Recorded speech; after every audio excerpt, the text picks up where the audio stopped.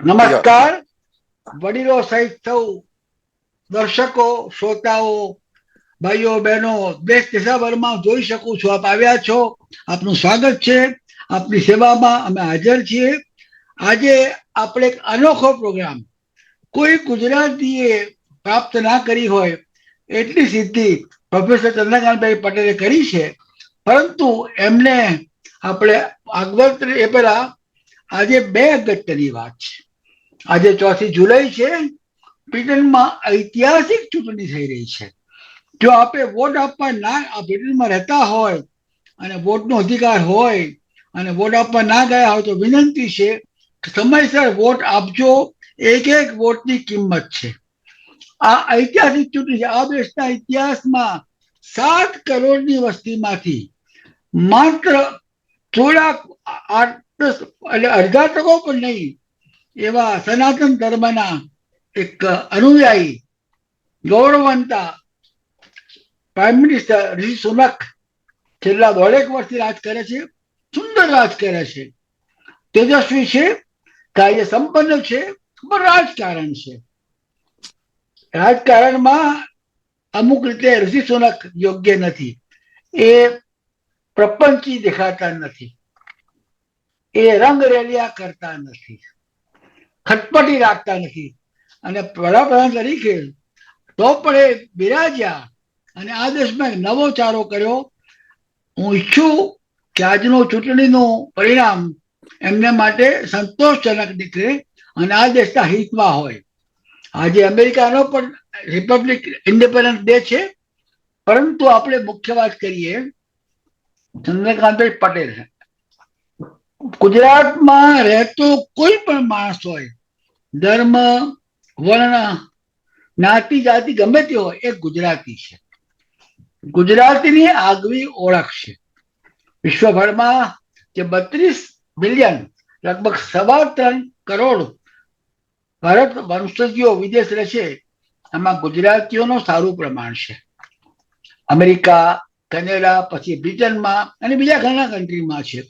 ગુજરાતીઓએ નામ પણ કાઢ્યું છે અને પોતાના વતનને અને પોતાના નવા મુકામને પણ ગૌરવ અપાવ્યું છે. ચંદ્રકાંત પટેલ એ ગાંધીજીએ માત્ર એક જ છાપી યુનિવર્સિટી, ગુજરાત વિદ્યાપીઠ, પહેલી અને છેલ્લી, એમાં એમણે 30 વર્ષ સુધી ઇતિહાસ અને સંસ્કૃતના વિષયમાં તેઓ પ્રોફેસર હતા. 1975માં, વર્ષો પહેલા, જ્યારે ઇઝરાયલ આટલું જાણીતું, એમણે ઇઝરાયલ વિશે અભ્યાસપૂર્વક પુસ્તક લખ્યું. એ વખતે ગુજરાત સરકારે એમને ઇનામ આપ્યું હતું. હું એમ પણ કહી શકું કે ગુજરાત ઇઝરાયલ, ભારત ઇઝરાયલના સંગીન સંબંધોમાં ચંદ્રકાંતભાઈનું મોટું અનુદાન છે. ચંદ્રકાંતભાઈએ પટેલે 114 પુસ્તકો લખ્યા છે. એમાં 30 કરતા વધુ પુસ્તકો દરિયા પાર વસતા ગુજરાતીઓ વિશે છે. ચંદ્રકાંતભાઈ પટેલે 1000 ગુજરાતીઓ વિદેશમાં રહેતા તેમને રૂબરૂમાં મળીને, જે તે દેશમાં જઈને એમનો પરિચય લખ્યો છે. 65 દેશોના એમણે પ્રવાસ કર્યા છે અને 30 કરતા વધુ દેશોમાં ગુજરાતીઓ છે એના પરિવારમાં રહીને તેમણે વિશે લખ્યું છે. આ એક મોટી સિદ્ધિ છે અને પરિણામે આ એક માત્ર ગુજરાતીના કારણે આપણે ઘણા બધા આજે જાણશું. પણ ગુજરાતીઓની ખામીઓ અને ખૂબીઓ વિશે પણ ચંદ્રકાંતભાઈનો પૂરો અભ્યાસ છે. અને ચંદ્રકાંતભાઈ, અમારે જાણવું છે અમારી વિશેષતાઓ, અમારી ખૂબીઓ અને અમારી ખામીઓ પણ અમને કહેતા રહેજો. પણ એક વસ્તુ છે, અભ્યાસી છે, સુંદર વક્તા છે અને જીવનના નવમા દશકાના અંત તરફ, એટલે 100ની ઉંમર તરફ એ ધસી રહ્યા છે. આરામથી ધસી રહ્યા છે અને એમનો જુસ્સો અડીખમ છે. પ્રોફેસર સાહેબ, અમારા ધનભાગ્ય છે કે આપ અમેરિકામાં અત્યારે છો, એમને લાભ આપો છો. ચંદ્રકાંતભાઈ પટેલને મારી ઈચ્છા છે, અમારી ઈચ્છા છે કે સુવર્ણ જયંતિના વર્ષમાં બ્રિટન બોલાવીએ. ઝૂમમાં કરશું, બીજા પ્રોગ્રામ કરશું, પણ બ્રિટનમાં ઠેર ઠેર જો આપણે એમના વાર્તાલાપ યોજી શકીએ તો ઘણું જાણવાનું મળે, શીખવાનું મળે, પ્રેરણા મળે. જો આવા કામમાં કોઈને સહયોગ આપવો હોય તો જરૂર આ એકલા સીબી પટેલનું કામ નથી, ગુજરાત સમાચારનું કામ નથી. એમને બોલાવવા, ફેરવવા, રાખવા. પણ જો કોઈનામાં જાગે તો મને કોન્ટેક્ટ કરે. એક બીજું પણ કહું, ગુજરાતમાં અને ગુજરાતની બહાર ચંદ્રકાંતભાઈના વિશ્વવ્યાપી ગુજરાતીઓના સેતુબંધ કહેવામાં આવે છે.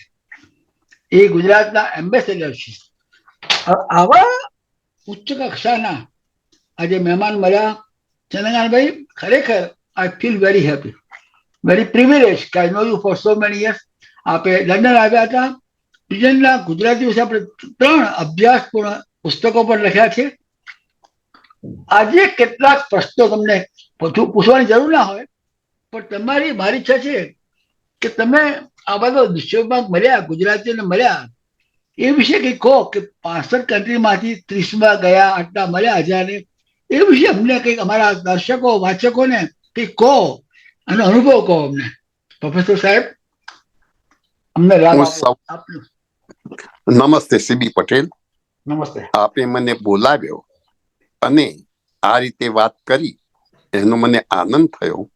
બાકી તો જે દેશમાં ગયો હો એ દેશના ગુજરાતીઓ સાથે થોડા જૂથ પૂરતી વાત કરવાની થાય, પણ સમગ્ર રીતે વિશ્વના જે દેશોમાં ગુજરાતીઓ વસતા હોય અને એમને રસ હોય અને એમને આ જાણવું કે જોવું હોય એવા લોકોને ઓનલાઈન વાતો કરવાની, ભેગા કરવાની આપે જે યોજના કરી અને એથી મને ખૂબ આનંદ થયો. મારો સૌ પ્રથમ વિદેશ પ્રવાસ ઇઝરાયલનો થયો. ઇઝરાયલની સરકારે મને 1973માં વિદેશ ખાતાએ મને આમંત્રણ આપ્યું. જયપ્રકાશ નારાયણ પછી વ્યક્તિગત કોઈને આમંત્રણ આપ્યું હોય તો ઇઝરાયલની સરકારે મને આમંત્રણ આપ્યું. અને ત્યારે ગુજરાતીઓ મને ઇઝરાયલમાં પ્રાપ્ત થયા. જે દેશને ભારત સરકારે માન્યતા આપી ન હતી, ઇઝરાયલની ભારત સરકારમાં ભારતની અંદર કોઈ એમ્બેસી, એલચી ખાતું પણ ન હતું, માત્ર કોન્સ્યુલર સંબંધો હતા.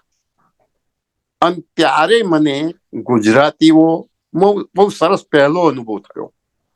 પહેલા દિવસે ઇઝરાયલની સરકારે ત્યાં નવી શરૂ થયેલી તાજ હોટેલમાં મને રેસ્ટોરન્ટમાં લંચ માટે લઈ ગયા અને ત્યાં એક સિંધી ભાઈ મળ્યા. એ ગુજરાતી બોલતા હતા અને સિંધીએ મને પૂછ્યું કે તમારે મારી કોઈ મદદ જોઈએ છે? મેં કહ્યું ના, હું સરકારનો મહેમાન છું, મારે કોઈ મદદ જોઈતી ન.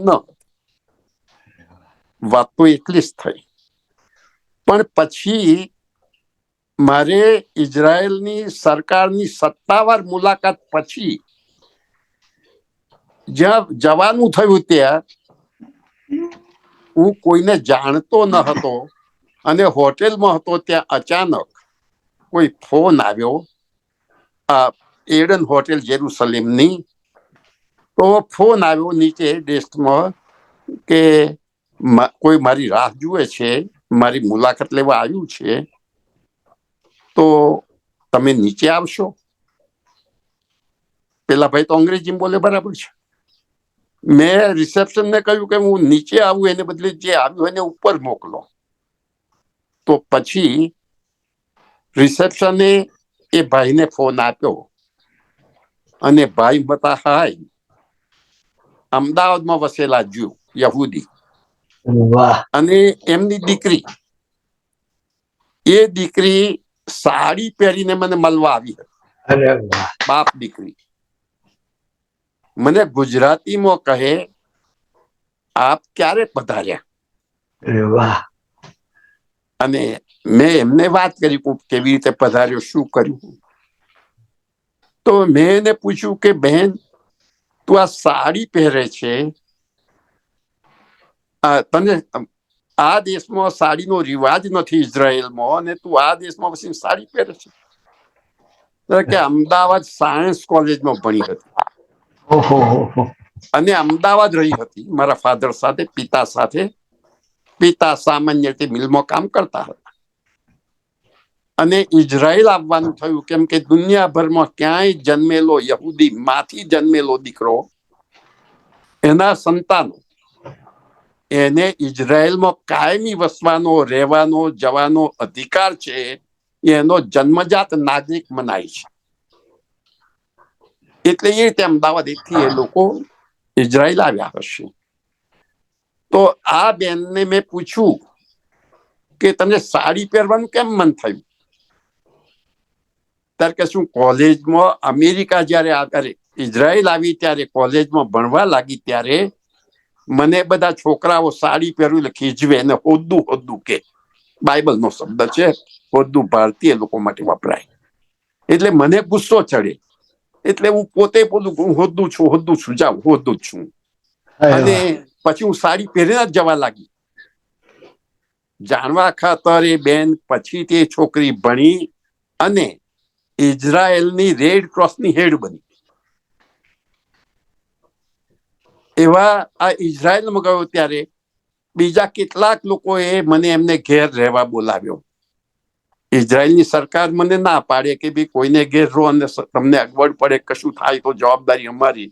એટલે તમારે જ્યાં જવું હોય ત્યાં જાઓ, પણ અમારો ડ્રાઈવર તમારી જોડે આવે એટલે કોઈને બોજો ના પડે. બસ બાકી તો ડ્રાઈવર જ્યાં સુવાનું હોય ત્યાં સુઈ જાય ને મારે જ્યાં ત્યાં રહેવું હોય એવું રહું. એવું પણ 15 દિવસ મારે કુટુંબોમાં પહેલી વાર ફરવાનું થયું. એમાં સંખ્યાબંધ યહૂદી ગુજરાતીઓએ મને રહેવા માટે બોલાવ્યો, જમવા માટે બોલાવ્યો, ફેરવ્યો. આ એક ઇઝરાયલનું ઉદાહરણ. આ પછી મારો પરદેશ જવાનો સિલસિલો ચાલુ થયો અને છતાંય સૌથી પહેલો મારો પ્રવાસ અમેરિકામાં થયો 1978માં. પણ ત્યારે ઝાઝા મારા પરિચય ન હતા. અમેરિકાના ગુજરાતીઓ સાથે હું તો એક મહિના કે 1.5 મહિના પૂરતો અહીંની ઇન્ટરનેશનલ ટ્રેનિંગ સ્કૂલમાં હું શીખવવા આવેલો, વિઝિટિંગ લેક્ચરર તરીકે. પરિણામે ત્યારે તો કુટુંબમાં ગયો ખરો મારા નજીકના મિત્રોને ત્યાં, પણ પરિચય ન હતો. પણ બીજી વાર ઇઝરાયલ જયારે 1978માં આવ્યો ત્યારે હું તો બધું 88માં આવ્યો ત્યારે બધું છોડીને આવ્યો નવે નવો. ત્યારે મારે સમય કેમ નો કાઢવો? દીકરો જોબ કરતો હોય, એની વાઈફ જોબ કરતી હોય, મારે બીજા કોઈ સંપર્કો હોય નહીં. એટલે અઠવાડિયામાં એકાદ કલાક રેડિયો પર કોઈ ગુજરાતી કાર્યક્રમ આવે, એટલે ઇન્ડિયન કાર્યક્રમ, ગુજરાતી ને ઇન્ડિયન કાર્યક્રમ આવે. એવી દશામાં બીજું ભારત વિશે પણ જાણવાનું ના હોય. ત્યાંના છાપા તો લાવવા હોય તો લાવે કેવી રીતે? રોજ તાજા સમાચાર ક્યાંથી મળે? એ વખતે અચાનક મેં ત્યાંના કોઈ સ્થાનિક ચોપાનિયામાં જાહેરાતો આવતી હોય, એમાંથી અતુલ પટેલનું નામ મેં જાણ્યું. મેં એને કહ્યું કે ભાઈ હું ઇન્ડિયામાં તો છાપામાં નિયમિત લખું છું, મારે અહીંના ગુજરાતીઓ વિશે છાપામાં લખવું છે. ભગવાનની કૃપા હશે, એની તો બોલબાલા. એનું નામ, એને કઈ રસ પડ્યો, યુવાન છોકરો, સીપીએ થયેલો છોકરો અને નવો ઉદ્યોગપતિ, સાહસિક, જુદા જુદા ધંધા કરે. એટલે એણે મને બધી સગવડો આપી. જ્યાં જવું હોય ત્યાં જાવ. મને પેલી ટ્રાવેલ એજન્ટ સૂચના આપી, ચંદ્રકાંતભાઈ કે એની ટિકિટ આપજો, મને પૂછશો નહીં, મારા ખાતામાં લખજો. ટ્રાવેલ એજન્ટ મને ટિકિટ આપે. એવા 2-4 પ્રવાસો મેં અમેરિકામાં જ કર્યા અને એમાંથી 2 વ્યક્તિઓ વિશે લખ્યું ત્યારે. અને એ પુસ્તકનું પ્રમુખ સ્વામી મહારાજે ઉદ્ઘાટન કર્યું. પણ અમેરિકાની ખાસિયતો તે વખતે જ્યારે કશું ન હોય, ઓછા ગુજરાતી હોય, ત્યારે એકબીજાને બોલાવે, એકબીજાને સાથ આપે. પૈસા આપે કે નહીં જુદી વાત છે, પણ તમને જમાડે, તમને લેવા આવે ને. મારા માટે કપરું હતું. કારણ શું કે હજી મોબાઈલ ફોન આવ્યા ન હતા, લેન્ડલાઈન ફોન.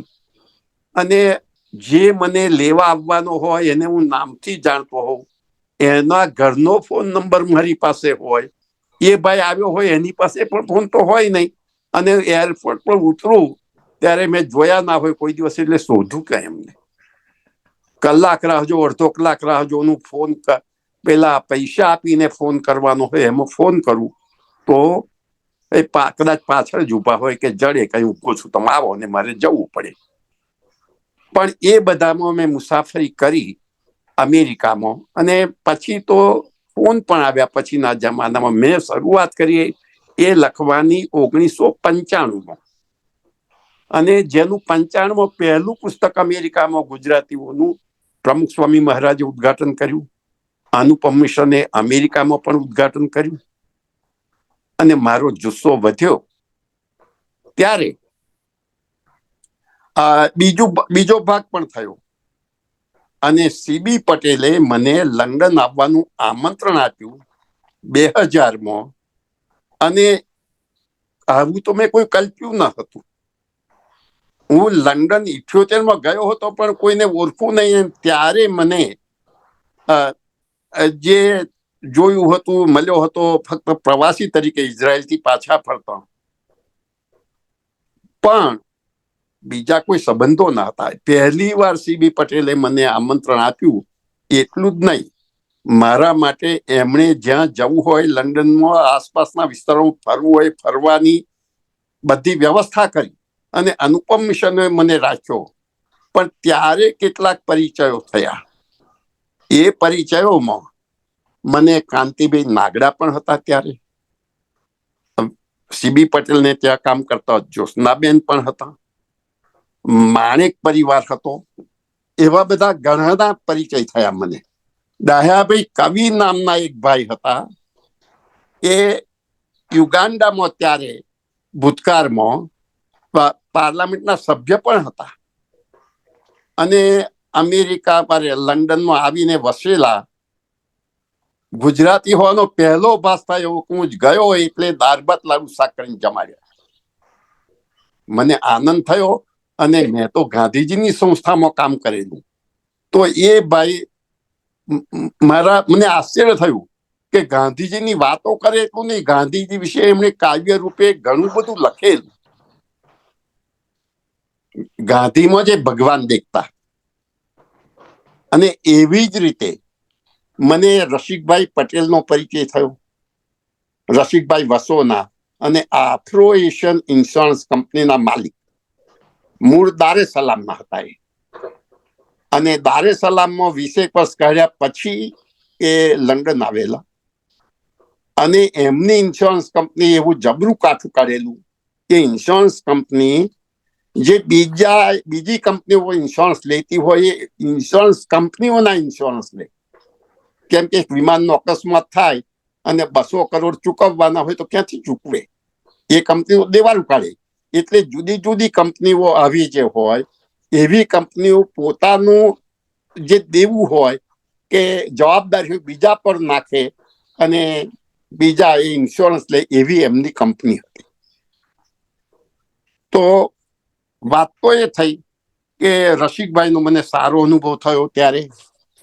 પછીના જમાનામાં તે જ વખતે ખબર નહીં સીબી પટેલની પહોંચ કેવી હતી કે લંડનમાં વસતા બધા તે જમાનાના ગુજરાતી મૂળના જે લોર્ડ જતા ઉમરાવો હતા, એ બધાની મુલાકાતો મને એમણે કરાવી. અને એમાંના મોટા ભાગના જોડે, કેટલાક જોડે પાર્લામેન્ટ હાઉસમાં મુલાકાત થઈ, 2-3 કલાક બેઠો, અને કેટલાક જોડે એમને ઘેર પણ જવાનું થયું. એમાં મેઘનાથ દેસાઈ, લોર્ડ આદમ પટેલ, નવનીત ધોળકિયા, ભીખુભાઈ પારેખ, આ બધા તે વખતના લોર્ડ. એવી જ રીતે ભીખુભાઈ ને વિજયભાઈ, જેણે ઇંગ્લેન્ડના અર્થતંત્રને દોડતું કરવામાં જે ગુજરાતીઓએ પ્રદાન કર્યું, એમાંના એક એ ભાઈની જોડી, બંને ભાઈની રામ લક્ષ્મણની જોડી જેવી. આજે તો મારા સંપર્કોની સાથે નથી, એમનું ઘણું મોટું કામ. એવી જ રીતે કિરીટભાઈ પટેલ હતા, તો એ પણ એમની ફાર્માસ્યુટિકલ કંપની અને ઘણી બધી લોકોને દવાઓ પહોંચાડી. સાહેબ, હું ઇન્ટરપ્ટ કરું 1 મિનિટ માટે? હાજી. આ આપણે વાત કરી, પણ સૌથી વધારે મદદ કરી હતી મારા પરમ મિત્ર સુરેન્દ્રભાઈ પટેલે. એ પછી વારો આવે છે. ના, એટલા માટે કહું છું, કદાચ લોકો સમજે નહીં. જ્યારે સૌ શ્રોતાઓને કહું છું, દર્શકોને, કે જ્યારે બોલાવ્યા અનુપમ શર્મા રહેવાનું નક્કી કર્યું, પણ બધે લઈ જવા બહુ મોટું કામ છે. સુરેન્દ્રભાઈએ કેટલા દિવસ સુધી, હવે એક્સપ્લેન કરજો કે એ સર્વમિત્ર સુરેન્દ્ર શું કામ કર્યું. અને પેલા બે નામ બોલ્યા, એ ભીખુભાઈ પટેલ અને એમના ભાઈ વિજયભાઈ પટેલ. વિજયભાઈ આગળ ચલાવો, માફ કરજો ઇન્ટરપ્ટ કર્યા. પણ હવે માત્ર ઇંગ્લેન્ડનું વાત કરવી નથી, બીજા ઘણા દેશોનું રહી જાય ને દિવસો સુધી ચાલે એવું છે. માટે અત્યારે ઉલ્લેખ જ કરું છું માત્ર. પણ સુરેન્દ્રભાઈનો જે અનુભવ થયો કે એ મુલાકાતો સીબી પટેલને કારણે સુરેન્દ્રભાઈએ પોતે પોતાની રીતે ગોઠવી, પોતે જ ફોન કરે, મુલાકાતોનું મહત્વ સમજે, માટે પોતે બહાર બેસે કે એમ કે હું કલાક પછી લેવા આવીશ કે 2 કલાક પછી લેવા આવીશ, અને મને સ્વતંત્ર રીતે પૂછવું હોય પૂછવા દે. અને એ રીતે મેં લખીને પહેલા જ પ્રવાસમાં લગભગ લંડનના મેં 80 જણનું લખ્યું હશે. પણ જયારે બીજો ને ત્રીજો ભાગ કરવાનો થયો ત્યારે પણ માત્ર સુરેન્દ્રભાઈ બધું જ કર્યું. હું કોઈને જાણતો ન હતો, મારા પરિચયો પણ ન હોય, લખવા જેવો કોણ છે પણ ખબર ન હોય. એ બધું જ એમાં ધામેજા બ્રધર હોય, સુભાષ ઠકરાર હોય કે પ્રમોદ ઠક્કર હોય કે મનુ સામજી કિચન કિંગ હોય, છોટાલાલ લિંબાશિયા, ઈશ્વરભાઈ ટેલર, દર્શકલાલ માઈ, બધા જ એ બધાને ત્યાં પણ મને સુરેન્દ્રભાઈ જ લઈ ગયા હતા. પણ આ બધા પછી હિસ્ટ્રી આગળ વધે છે કે ઇંગ્લેન્ડના 3 ભાગ તો થયા, પણ સાથે સાથે સીબીને કારણે જે પહેલો પરિચય થયો કે ભાઈને, સુરેન્દ્રભાઈને કારણે, એમાંથી વાત આગળ વધી.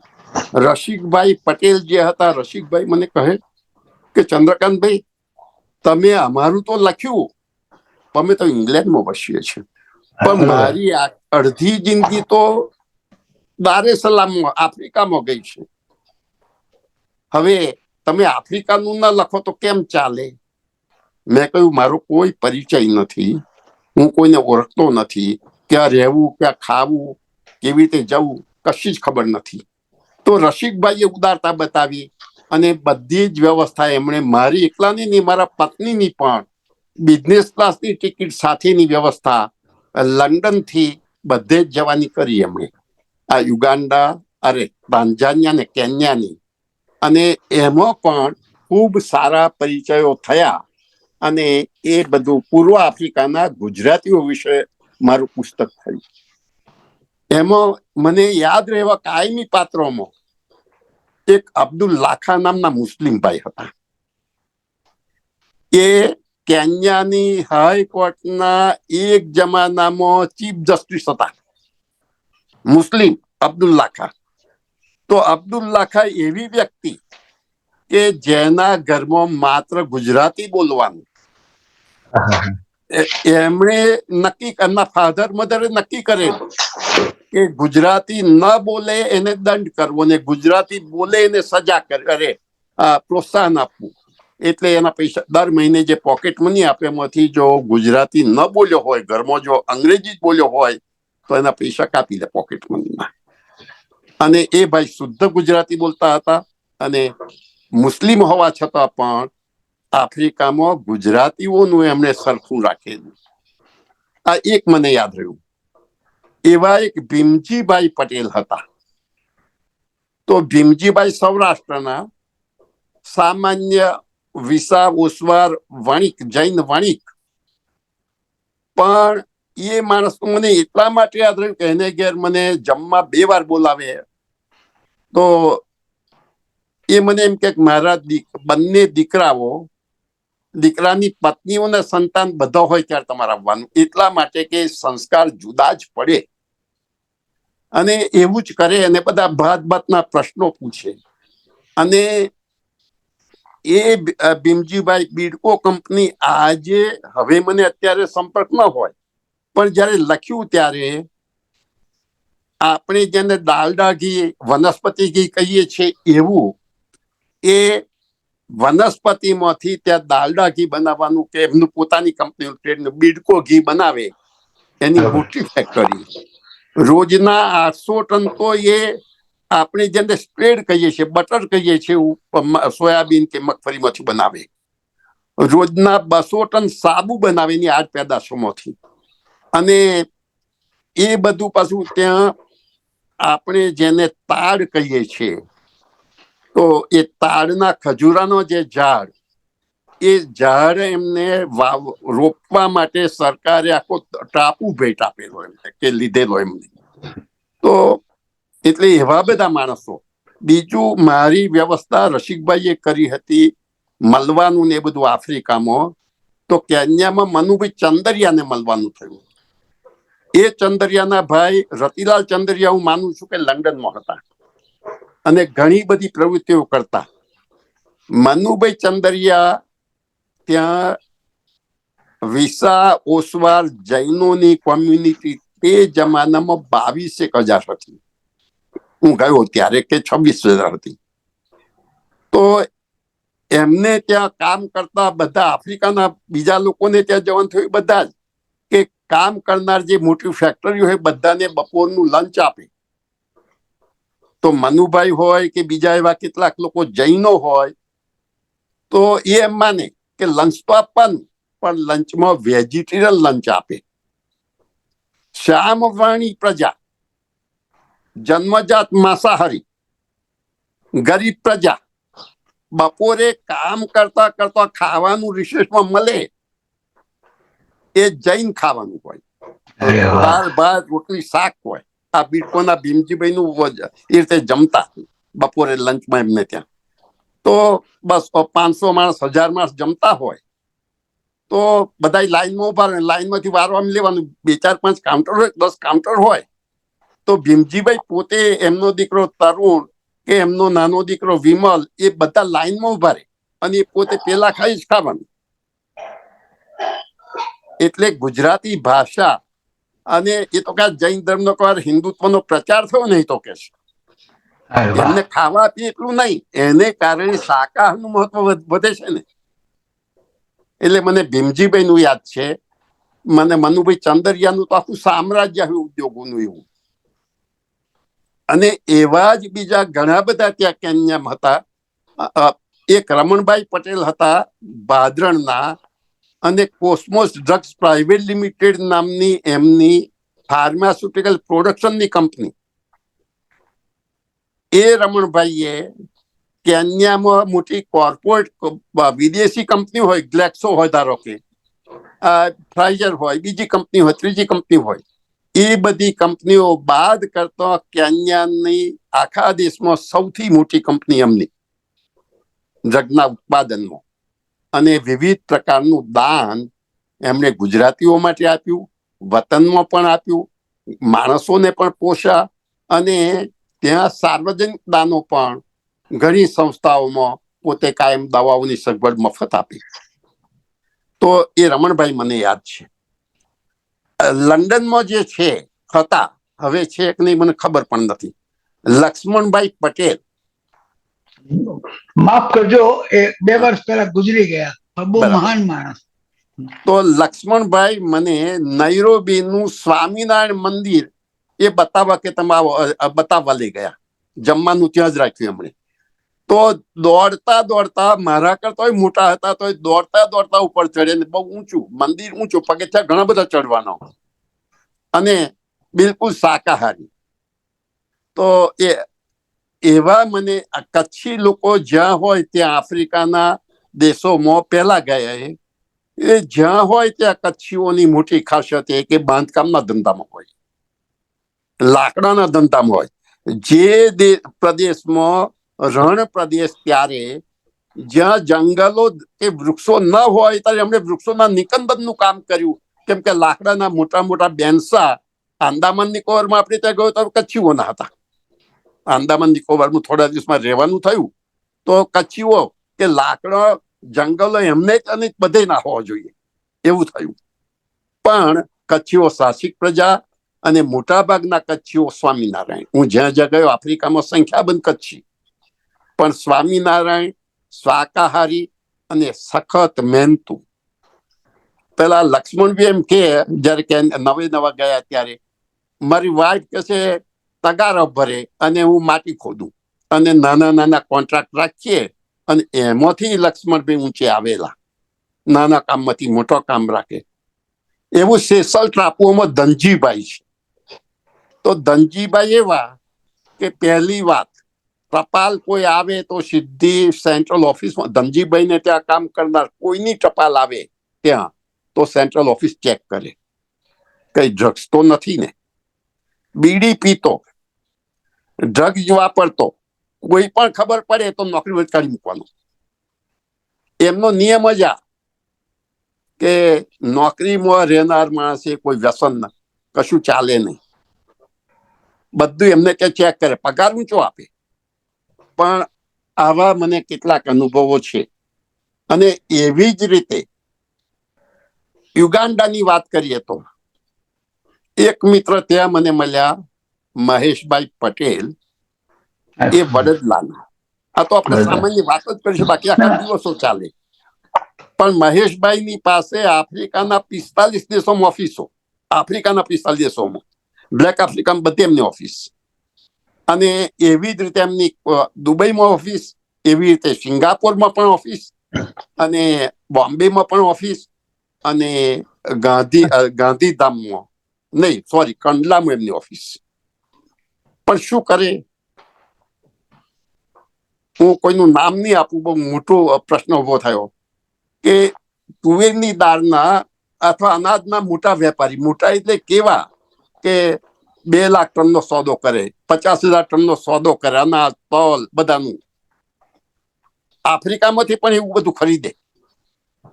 તો એ મહેશભાઈ, એમને નાનપણમાં પ્રમુખ સ્વામીએ ધબ્બો, યોગી બાપાએ ધબ્બો મારેલો 8-10 વર્ષની ઉંમરે, અને કહેલું કે બેટા તું સાધુ બનજે. આ 8 વર્ષનો છોકરો સાધુ ક્યાંથી બને? પણ એ ના બન્યો સાધુ. આજે સ્વામિનારાયણ સંત ના મોટા સાધુઓ છે BAPSમાં, એમાંના કેટલાકને સ્વાધ્યાયી. પણ એ એવા મહેશભાઈ, તો એમને એક મોટી ઓફર થઈ કે તુવેરની દાળનો ભાવ ભારતમાં વધી ગયો, બહુ જ વધી ગયો, બહુ જ વધી ગયો. કલ્પનામાં સામાન્ય માણસ ભૂખે મરે. ત્યારે કોઈ મોટા રાજકારણી નેતાએ કહ્યું એમને કે મહેશભાઈ, તુવેરની બધી દાળ રોકાણ અમારું, અમે પૈસા આપીશું, હોલ્ડ કરવાની, હમણાં વેચશો નહીં, આપણે નફો થાય અડધો અડધો વેચીશું. મહેશભાઈ કહે છે મને કાકા મને યોગી બાપાએ ધબ્બો મારી સાધુ થવા કહ્યું, તો સાધુ તો ન બન્યો, પણ મારું વર્તન સાધુ જેવું હોવું જોઈએ. યોગી બાપા માણસોને જીવવા માટે ભલું કરવાનું કહેતા, મારે કોઈને મારવાનું કામ કરવાનું ભાગું ના રાખવું કે મારે નથી. અને આ બધા તો કેવા કે 2 લાખ ટન અનાજ ખરીદે એક સાથે, કે 1 લાખ ટન ચીનમાંથી ખરીદે તો એમ મને કે તલ ખરીદવાના 15,000 ટન તલ ખરીદે. તો અને શુદ્ધ શાકાહારી, શુદ્ધ સ્વામિનારાયણ. અને એ મને શું કે India was our fatherland, Africa is our motherland, fatherland and working land. પૈસા અમે અહીંથી કમાય છે. હવે અહીં કમાયા તો બને ત્યાં સુધી અમારે અહીંની પ્રજાનો ખ્યાલ રાખવાનો છે. એટલે નાના નાના ગામડાઓમાં, કેન્યાના, યુગાન્ડાના, ઇવન બોત્સવાનામાં હું ગયો છું, તો એ બધી જગ્યાએ, મલાવીમાં પણ એ બધામાં એમનું ઓફિસો હોય. અને ત્યાં નાની નાની સહકારી સોસાયટીઓ ઊભી કરીને 10 કિલો અનાજ હોય તોય લે, 20 કિલો અનાજ હોય તોય લે. રસ્તાઓ ના એ પછાત દેશોમાં આ વેચવા જવું હોય, 20 કિલો અનાજ વેચવા જવું હોય તો કેટલો આગો જાય, 15 માઇલ વેચવા જાય વેપારી ત્યાં, તો લોકલને આપી દે, ખરીદીને પૈસા ઓછા આપે, રોકડા પૈસા આપે. તો આ એને બદલે આ કરે. બીજું, આ તો એક જ ઉદાહરણ આપીને વાત આગળ બીજા દેશોની કરીશ કે મહેશભાઈ એવું કરે. આ યુગાન્ડાની વાત છે, એટલે દારે સલામની, કે મહેશભાઈ એવું કરે કે આફ્રિકાના ઘણા દેશો, યુગાન્ડામાં ધારો કે એમણે કર્યું, તો કે સાહેબ પ્રજા તો માંસાહારી પ્રજા છે. એ પ્રજા હવે આફ્રિકામાં જંગલો ઘટ્યા છે. હેલો, ચાલુ રાખો, સમજાય છે અમને. ચાલુ રાખો. જંગલો ઘટ્યા છે. જંગલો ઘટે એટલે જંગલી પ્રાણીઓ ઘટે. આ પશુ જે હરણ હોય કે બધા બીજા બધા પશુઓ ઘટે. એટલે પેલા હવે લોકો શિકાર ક્યાં કરે ને ખાય શું? માંસ મોંઘું થયું, છતાં પ્રોટીન તો જોઈએ. તો એમણે ઘણી જગ્યાએ સોયાબીન હોય તો સોયાબીનમાંથી સોયા કેક બનાવવાની ફેક્ટરીઓ બનાવી. પેલું ઓઇલે કાઢે, સોયા કેકની ફેક્ટરી રાખે અને સસ્તા ભાવે નાના નાના ચોસલો આપણે જેમ ચીકી આપે એમ આપે. એમને કામ કરનારને આપે, બીજાને વેચે. એટલે આવા ગુજરાતીઓ છે. મારો એ કઈ લેખ હું લખતો તો, હજુ મેં છપાયો નથી, પણ મેં મોકલી આપ્યો છે.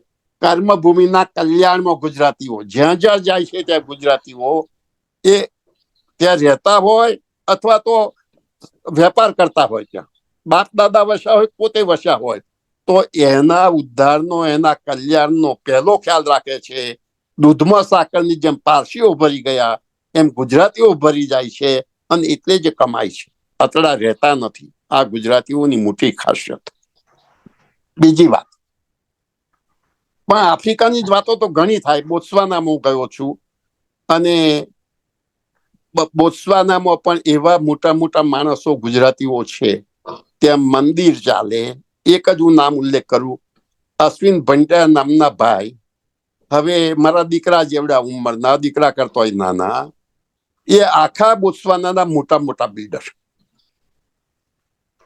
એના પાટનગરમાં. અને એમણે સરકાર પાસે જમીન લીધી, ઓછી કિંમતે કેવી, 1100 એકર જમીન લગભગ. અને એમાં 20 એકર જમીનનો એક આશ્રમ કર્યો. એમને જે ગુરુ માનતા હશે, નાથુરામ શર્મા કે એવા કોઈ બિલખાના ગુરુ, સૌરાષ્ટ્રમાં બિલખાના, તો એનું મંદિર કર્યું. મંદિર કરવામાં કોઈનો પૈસો ઉઘરાવ્યો નહીં. એ મંદિરમાં હું ગયો છું. મેં ઇન્ડિયાના મંદિર જોયો, દુનિયાના ઘણા દેશોના મંદિર જોયા, પણ મોટા મોટા ભવ્ય ગ્રેનાઇટના બધા સ્ટેચ્યુ, એ દેવદેવીઓના, ભારતના દેવદેવીઓના પેલા એ ગાર્ડનમાં ગોઠવ્યા છે. એમના એમાં એ આશ્રમમાં ગોઠવ્યા છે. અને મંદિરનું શિખર પણ 120 ફૂટ ઊંચું. કોઈનો પૈસો લેવા નહીં. દર વર્ષે એ લોકો 4-5 દિવસ, અશ્વિન પંડ્યા, એ જેમનો આશ્રમ સલામાંગ આશ્રમ છે, તો એ પાટનગર મપુટુથી 20 માઇલ દૂર દરિયાનો ઓરંગીન જવું પડે. તો એ આશ્રમમાં એમણે ત્યાંના સ્થાનિક લોકોને તાલીમ આપવા માટે કામ કરે. સુથારી કામ, મિકેનિકનું, પ્લમ્બરનું, ઇલેક્ટ્રિશિયનનું કામ શીખવવા માટે એમની સ્કૂલ ચલાવે એમનું. અને જે કામ કરે એ દરમિયાન એના પૈસા મજૂરીના ગણીને એમને આપી દે. એ ગામને આખું બાજુનો જે બધા ગામો, એ ગામોને પોતે ફિલ્ટર વોટર આપે ફ્રી, જેને ભરવો એને ભરી જાવ. સ્કૂલનું મકાન બાંધી આપ્યું, ગામમાં દવાખાનું આખું કરી આપ્યું, આખું. અને દર વર્ષે ગુજરાતમાંથી 8-10 જણને સૌરાષ્ટ્રમાંથી એમના ઓળખીતા બોલાવતા હશે, ભજનીકોને બોલાવે, ભજનનો કાર્યક્રમ રાખે. અને જે આવે એને જમવાનું, પેટી રાખી હોય તો મૂકવા હોય પૈસા મૂકવા, ના મૂકવા ને કોઈનો પૈસો લેવાનો નહીં. અને રહેવા માટે તંબુ બાંધે પછી મોટા મોટા આખા કેમ્પસમાં. એટલે આવા ગુજરાતીઓ મોજામ્બિકમાં બીજા પણ છે, હું જાણું છું. મેં તો એનું લખ્યું જ, આખું પુસ્તક લખ્યું હોય એટલે. પણ એવું જ મારે પોર્ટુગલની વાત કરવી છે. આફ્રિકાની વાતો ઘણી બધી કરાય, 10-15 દિવસ ચાલે કરવાની હોય તો. પણ પોર્ટુગલની વાત કરીએ. બહુ નાનો દેશ, અને પોર્ટુગલનું રાજ્ય મોજામ્બિકમાં હતું. એટલે મોજામ્બિકમાં સામ્યવાદી સરકાર આવી, સરમુખત્યારો આવ્યા અને ભાગવું પડ્યું. ત્યારે ભાગીને ગયા ક્યાં? એ ભાગીને ગયા પોર્ટુગલમાં. કે એમનું રાજ્ય પોર્ટુગલમાં, એમનો દેશ પોર્ટુગલ હતો એમ. કેટલાક જન્મ્યા ત્યાં હોય મોજામ્બિકમાં, પણ એ પોર્ટુગીઝ નાગરિક ગણાય. પછી જેમ ગોવા વાળાને પોર્ટુગલમાં જવું હોય કે દીવ દમણ વાળા તો સહેલાઈથી, ને પછી આખા ઘણા બધા અમેરિકામાં ગેરકાયદેસર વસાયને કારણે એવું થયું. યુરોપિયન યુનિયનમાં ભેગા થઈ જાય બધે જ. તો એ મોજામ્બિકમાં ના લોકો પોર્ટુગલ ગયા, એમાં બે પ્રકારના લોકો ગયા. ગુજરાતીઓ માછીમાર ગયા, જે મોજામ્બિકમાંથી ગયા તેમની જ્યાં પોર્ટુગલનું રાજ્ય હોય એટલે ગુજરાતમાંથી દીવ દમણ ગોવાના ત્યાં ગયા, અને બીજા ગયા લુહાણાઓ, અને ત્રીજા ગયા મુસ્લિમો. હવે અબ્દુલ કરીમ અબ્દુલ વકીલ નામના એક મુસ્લિમ ભાઈ ત્યાં પોર્ટુગલની જે એરલાઇન હતી એના સીઈઓ, પોર્ટુગલની સૌથી મોટી બેંક એના સીઈઓ, યુરોપ અને પોર્ટુગલમાં સૌથી મોટી મસ્જિદ બનાવી એ એમણે ઊભી કરી. કારણ કે પૈસા તો પોર્ટુગલ ગરીબ, પૈસા ક્યાંથી આપે? તો લોકો તો સરકાર તો આપે નહીં પૈસા.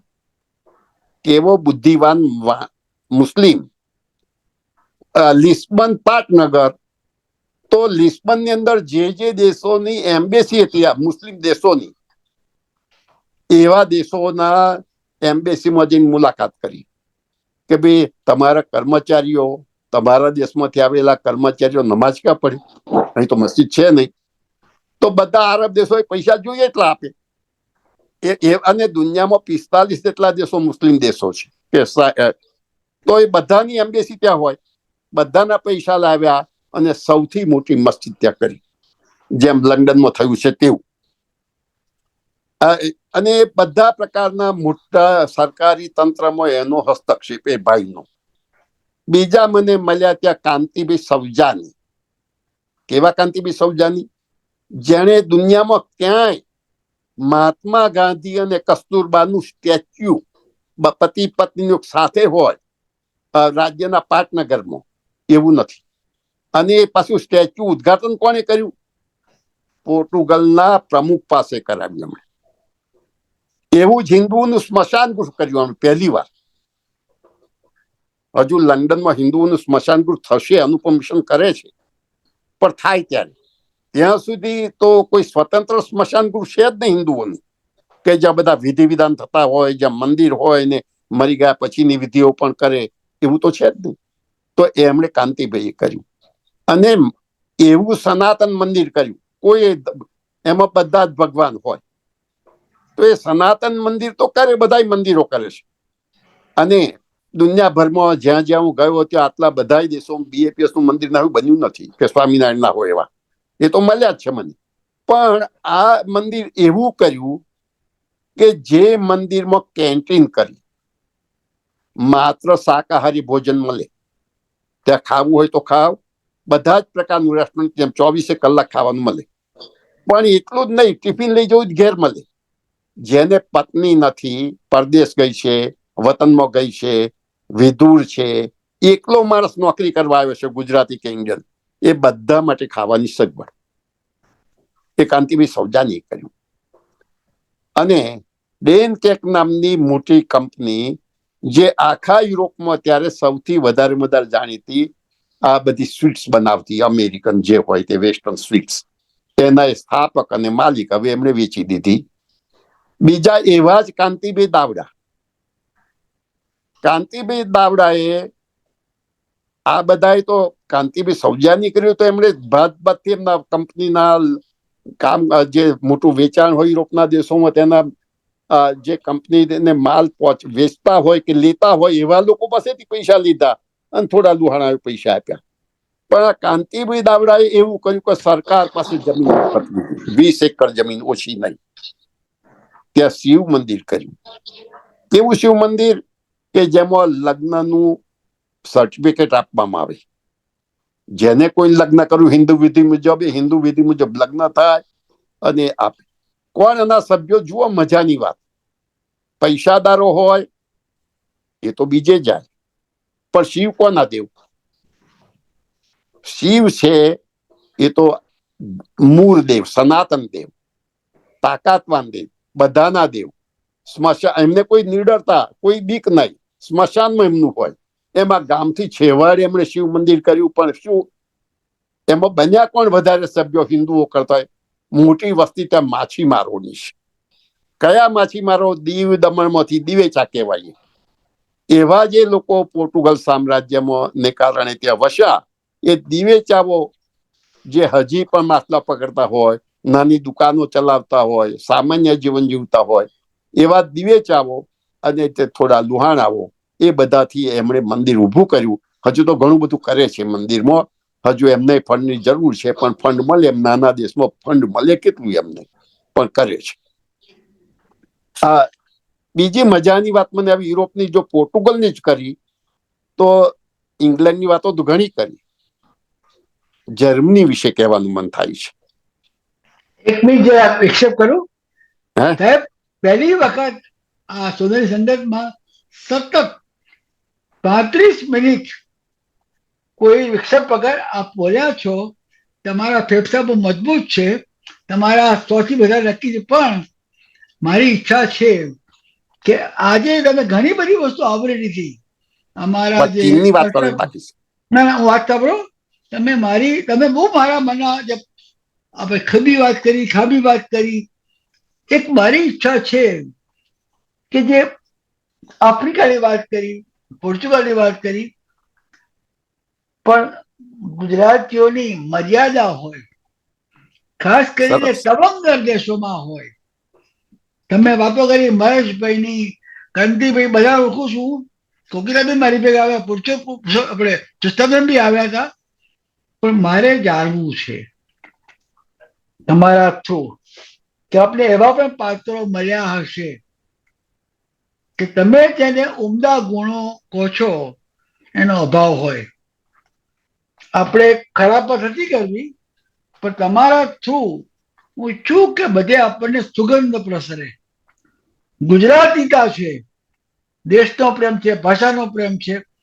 તો તમે જે પશ્ચિમના રાષ્ટ્રો છે, કેનેડા, યુએસએ, યુરોપ, એ ઓસ્ટ્રેલિયા. અને ઓસ્ટ્રેલિયા, હવે ત્યાંના ગુજરાતીઓ, હું એક અગત્યનો, જે ગુજરાતીઓ અમેરિકામાં, કેનેડા, ઓસ્ટ્રેલિયા છે, બ્રિટનમાં છે, અને આફ્રિકાના ગુજરાતીઓ કે પોર્ચુગલના, એ વચ્ચે આપણે કોઈ તફાવત જોયો ખરો? હા, જોયો. મેં ઘણો તફાવત જોયો. હવે પહેલી વાત, આતિથ્યની બાબતમાં આફ્રિકાના ગુજરાતીઓ છે, કોઈ પણ દેશ આફ્રિકાનો, એની ઉદારતા, એટલે ખવડાવ પીવડાવવામાં, બોલાવવામાં એમનું ગજુ હોય કરે, પણ એ બધામાં એમની ઉદારતા ગજબ. કારણ શું છે એમ કે સીબીન ત્યાં કોઈ આવે તો પુષ્પાબેને ખવડાવવું પડે બનાવીને. કેટલું કરે? થાકી જાય. આફ્રિકાના દેશોમાં જે અત્યારે પણ હજી ત્યાંની સ્ત્રીઓ ખરેખર શેઠાણી છે. કારણ કે પેલો કામ કરનાર મળે, હું પંકજભાઈ ત્યાં રહ્યો ધારો કે ઉદાહરણ, પંકજભાઈ મને કારની ચાવી કહી દીધું, આ કાર ને આ ડ્રાઈવર. હવે જમતી વેળાએ હું તો કાંદા લસણ કશું ખાતો ના હોઉં, એ પોતે મારી લીધે એવું બધું ખાય. પણ એમના વાઈફને, નૈનાબેનને કશું કરવું ના પડે. કેમ? શાક ફોલનારી હોય, માથું ઓળનારી એમનું હોય, એમની પુત્રવધુ અવનીને પણ કશું એ નહીં. કારણ કે બધું જ કામ, કપડા ધોનાર, ઇસ્ત્રી કરનાર, જે ઘેર કામ કરતો એ બધું જ એ કરે. એમણે કશું જ કરવાનું નહીં. છેલ્લી વખતે મસાલો કરીને, જો પેલા મેં ભૈલાલ બી વકીલ હતા મારા મિત્ર બેરિસ્ટર, તો અનંતાબેન રડે મારી આગળ એક દિવસ અને વાત કરે હસતા હસતા, ભાઈ મારા હવે તો કશું કામ થતું નથી, પણ જીવતી રહીશું, આને કારણે જીવતી રહીશું. કે એમનો બોય એટલે છોકરો જે આદિવાસી કામ કરનાર હોય, તેનો સ્થાનિક બ્લેક, એ કહે છે દાળ ભાત કઢી ખીચડી જે કોઈ એ બધું કરે. કે ખીચડી કરે ને, કઢી કરે ને, ઢેબરાઈ કરે ને, વડાઈ કરે ને, ઢોકળાઈ કરે, બધું કરે. કે મારે મસાલો બતાવવો પડે તો હું બતાવું, પછી શીખી જાય. કે એટલે આફ્રિકાના મોટા લોકોનું આતિથ્ય જબરું આને કારણે છે. બીજી વાત, આફ્રિકામાં કમાયા જયારે ગયા ત્યારે તો સૌથી પહેલા જનાર હતા આફ્રિકામાં, પણ આખી સ્થાનિક પ્રજા ગરીબ. નાનજી કાલિદાસની આત્મકથા એમણે લખી છે, મારી જીવન કથા. મારી પાસે છે અને મેં વાંચી છે. એમના દીકરા મહેન્દ્રભાઈને મળ્યો છું. એવું માધવાણીના પરિવારના ઘણા બધાનું મળ્યો છું ત્યાં જઈને પણ, અને એમનો મહેમાન પણ બન્યો છું. મેં ઘણા લોકોને આફ્રિકા, પણ એ જયારે શરૂઆતમાં હતું ત્યારે પણ એમને બધા માણસો આફ્રિકામાં મળ્યા અને એમણે અંધારામાં હતા પણ કમાવાની તકો વધારે હતી, હરીફાઈ ઓછી હતી ત્યારે.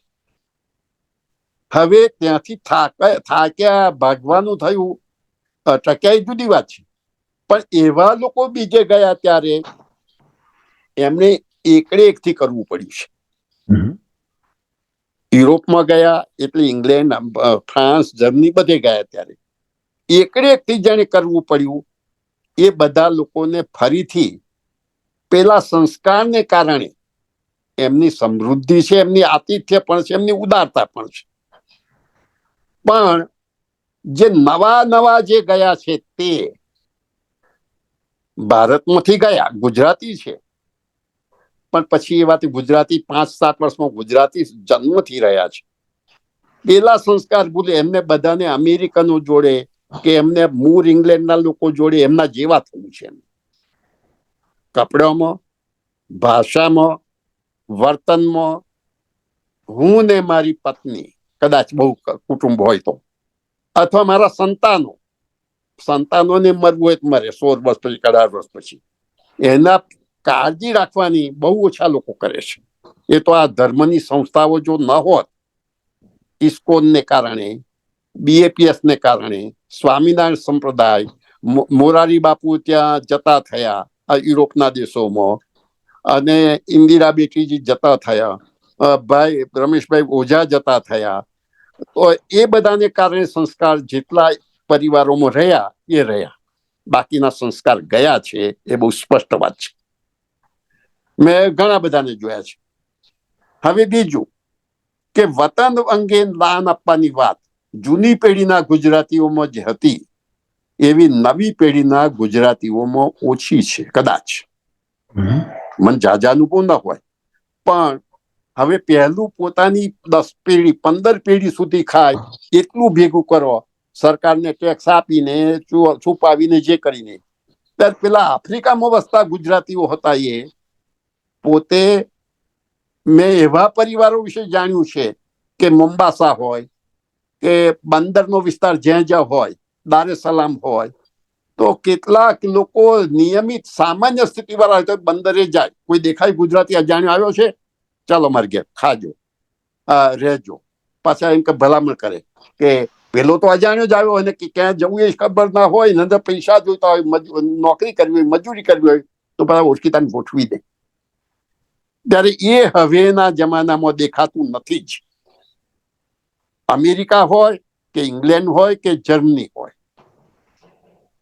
જે 50 પહેલા કે 70 પહેલા જે હતા એ લોકો હજી શુદ્ધપણે ભલે દારૂ પીતા હોય, ભલે નોનવેજ ખાતા હોય, તો પણ ભારતીયતા સાચવી રહ્યા છે. ખાવાથી કોઈ સંસ્કાર બદલાતા નથી, પણ એ પશ્ચિમીપણું નથી આવ્યું એમનામાં. હવે બીજું, નવી પેઢીમાં ધર્મનું પણ અંતર છે. જૂના વખતમાં કોઈ પણ તમે ધર્મ હોય તો ધર્મ, નાત જાતના વાડા હોય, લેવા પટેલ, પેલા સુરતી તો લેવા પટેલ, ભગત કે મતિયા કે ચરોતરિયા, જે પટેલો હોય. હા, આફ્રિકામાં ધોબી હોય તો રાજપૂત થયા, તો રાજપૂત સમાજ એમનો હોય કે એવું બધું જે હતા એવા સમાજો ધીમે ધીમે ઘટતા ગયા છે. ક્યાં જે નવા થયા એમાં નવા થયા ને કોઈ સમાજ જોડે લેવા દેવા જ નથી. છોકરા જ્યાં પરણ હોય ત્યાં પરણે, ધોરીને, કારીને, પટેલને, વાણિયાને. હવે જ્ઞાતિની વાત રહી નથી એવું મને દેખાય છે. આપે સરસ સમીક્ષા કરી. બીજા 2 મારા પ્રશ્નો છે. ગુજરાતી કે ભારતીય પરદેશમાં રહેતા હોય તો ગુજરાત અને ભારતને કોઈ ફાયદો ખરો આજે કે ભવિષ્યમાં? ફાયદો ખરો. અમેરિકાની સરકાર ભારત પ્રત્યે પ્રેમ ઉભરાઈ જતો ન હોય, ધારો કે જે સરકાર આવે સરકાર તો અંતે લોકશાહી હોય તો બહુમતી પ્રજાના મતથી આવે છે. અમેરિકાની નીતિ પાકિસ્તાન તરફી હતી, ભારત તરફી ન હતી ત્યારે. અને આજે મોદીને કારણે બધું બદલાયું, જુદી વાત છે. પણ ત્યારે પણ અમેરિકાની સરકારે કે સરકારી અમલદારોએ નિર્ણય લેવા પડતા એમને ત્યાં જે કર્મચારીઓ છે સરકારી નોકરીમાં, શામાં કે આજે ગુજરાતીઓએ અથવા તો ઇન્ડિયન લોકોએ આઈટીના ક્ષેત્રે જે કામ કર્યું છે, તો એ આઈટીના ક્ષેત્રની કામ એટલે આખું સંચાલન બુદ્ધિનું કામ તો એમની પાસે થયું. જો એમને અસંતોષ થયું કામ હોય તો એ પછી જે સબમરીન કામ કરવાની હોય કે વિમાન કામ કરવાનું હોય, યુદ્ધનું વિમાન, લડાયક વિમાનો કામ કરવાનું હોય, બધા પ્રશ્નો થાય. એટલે ત્યારે સરકારે નિર્ણય કરતા પહેલા, જેમ આજે ભારત સરકાર ગમે એટલું કરે તો પણ બહુમતી ઘટતી જાય છે હિન્દુઓની, બરોબર છે, બધું ખરું. પણ એ ભાજપ હોય તો કઈ મુસ્લિમોની અવગણના નહીં કરે, કોઈ થઈ શકે એવું છે જ નહીં. એટલે પ્રજા છે તે દેશની પ્રજા છે, એ લશ્કરમાં હોય તો શું. હા, ઇઝરાયલ જેવા દેશની ખુમારી છે કે ઇઝરાયલે કેવી બુદ્ધિ વાપરી. ઇઝરાયલે એવું કે લશ્કરની અંદર અને વિદેશ ખાતામાં યહૂદી સિવાય કોઈ ન હોઈ શકે. પાછું કારણ શું આપ્યું? સરસ જોવા બુદ્ધિનું કામ છે કે ભાઈ અમે માનીએ છીએ કે બીજા લોકોએ પણ ઇઝરાયલમાં સુખેથી વસવું જોઈએ. હવે તમે આરબોને લશ્કરમાં નોકરી આપીએ અને કદાચ હારવાનું થયું અમારે કે કંઈક પાછા પડ્યા તો તમે દગો કર્યો એમ થાય એવું લોકો માને અને લોકો તમારો બહિષ્કાર કરે કે તમારી પર હુમલાઈ કરે, તમારી સલામતી માટે તમને અમારા લશ્કરમાં નથી રાખતા. એવું કરવાની હિંમત તો કોકની જ હોય. વિદેશ ખાતામાં કોઈને રાખે નહીં એ લોકો. જાપાનની છે એ આવું બીજી વાતો પછી તો પણ વિષયાંતર થઈ જાય. આપણે જરા વાત મર્યાદિત કરીએ. અમેરિકામાં અત્યારે 30 થી 40 લાખ ભારતવાસીઓ છે. મેડિકલ સાયન્સ, આઈટી, નાના મોટા ધંધાઓ, એ બધામાં ગુજરાતીઓએ, ભારતીયો બહુ કોઠું કાઢ્યું છે. અને હવે આ ભારતની આ લોબી ઉભી થઈ છે. અમેરિકન સરકારે 1915માં જ્યારે બરાક ઓબામા હતા, પ્રાઇમ મિનિસ્ટર મોદીનું સન્માન કર્યું. એ ભારતીય લોબી હોવાથી ભારત પ્રત્યેનું એમનું વલણ પણ વધુ પ્રેક્ટિકલ બને છે. એ અમેરિકા હોય કે બીજા કન્ટ્રી હોય કે મિડલ ઇસ્ટમાં હોય. તો મારે જાણવું હતું કે અત્યારે માઇગ્રેશન વધી રહ્યું છે ભારતથી અમેરિકા, બીજા કન્ટ્રી, ઇવન મિડલ ઇસ્ટમાં, અબુધાબીમાં કે દુબઈમાં. તો જે આ સ્થળાંતર થાય છે એ એક રીતે ભારતની સંસ્કૃતિ, ભારતનો પ્રભાવ એ પણ આપણને વધવાનો ચાન્સ ખરો કે નહીં? પ્રોફેસર સાહેબ, સરસ વધે છે. ભારતનું પેલી સંસ્કૃતિ, રીત રિવાજ ચાલે કે નહીં પરદેશમાં પછી ખબર નથી. જે ઇન્ડિયનો નવી પેઢીના જાય એ કઈ એવા જ ઇન્ડિયન રહે. પણ એને બદલે હું એમ કહું કે એમેઝોન નદી મેં જોઈ છે ને, મૂરમાં પણ કે મુખમાં પણ, કે દરિયામાં જ્યાં ઠલવાય છે એનું પાણી, ત્યાં એનો પટ 200 માઇલ કરતા વધારે પહોળો છે. એ વિસ્તાર મેં જોયો છે.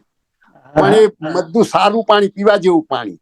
પણ દરિયામાં ભર્યા પછી દરિયાને એટલા જોશથી ધક્કો મારે છે પાણીને કે બીજા 500 માઇલ સુધી દરિયાનું પાણી ખારાશ ઘટે ને મીઠું હોય છે. પણ પછી ક્યાં ગયું?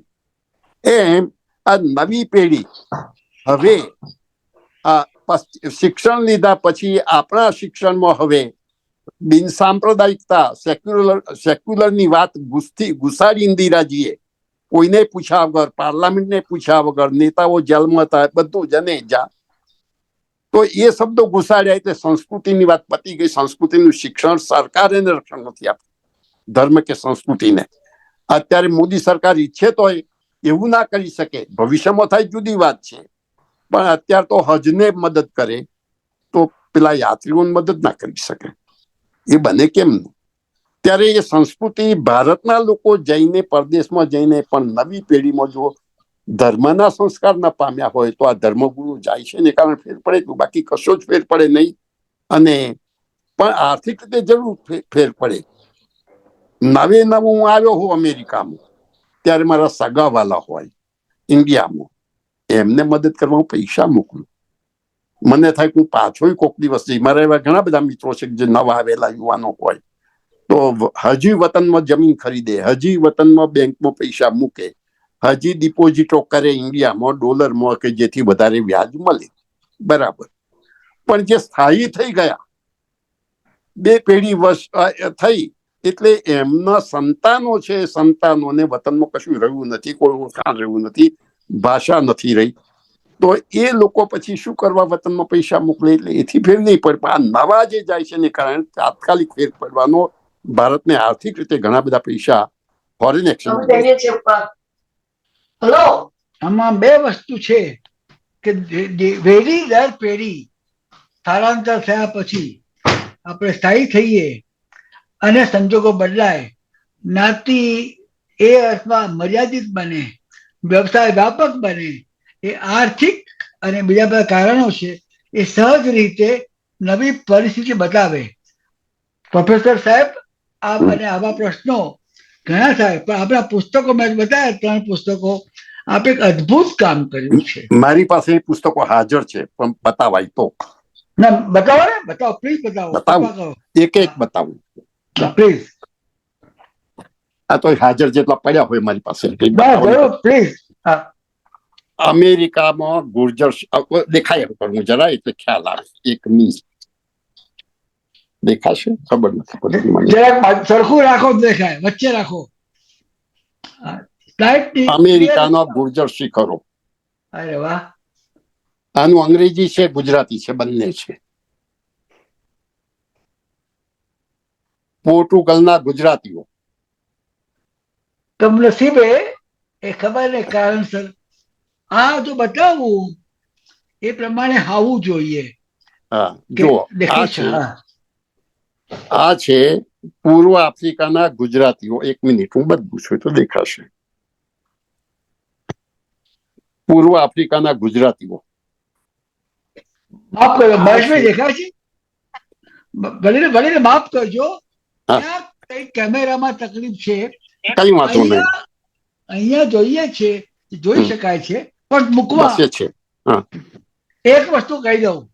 આજે તમે અમને કોઈ પણ જાતનો ખર્ચો કર્યા વગર અમારા ઘરમાં બેઠા બેઠા વિશ્વના પ્રવાસે લઈ ગયા. આને કહેવાય કે ખરેખર વિહંગાવલોકન કરાયું.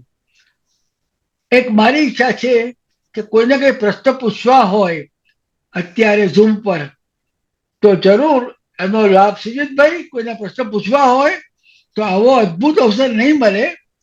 કોઈ પણ નાના હોય મોટા ઉંમરમાં કે જાણવું હોય, મોડા વહેલા સંભવ છે કે પ્રોફેસર સાહેબ બીજલ બી આવશે.